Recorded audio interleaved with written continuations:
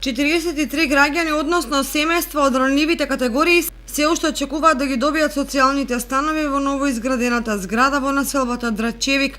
Тоа го вети министерот за транспорт и врски Горан Сугаревски при посетата на Кочани на 12 јуни.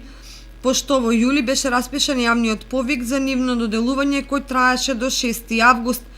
Деновиве социјално загрозените семејства кои аплицирале за еден од становите очекуваат да бидат рангирани во првите 43 и се надеваат дека есента и зимата ќе ја дочекаат во нови современи живеалишта. Инаку оваа модерна зграда располага со 1620 метри квадратни корисна површина, се изгради со средства од Акционерското друштво за изградба и стопанисување со стамбен и деловен простор на Република Македонија. Пролонгираното доделување на становите од околу 2 години според министерот за транспорт и врски Горан Сугаревски се должеше на комплетирањето на зградата.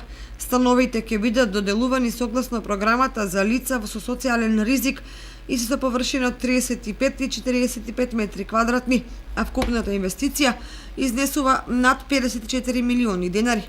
Јавниот повик беше распишан во соработка помеѓу Министерството за транспорт и врски и Министерството за труд и социјална политика.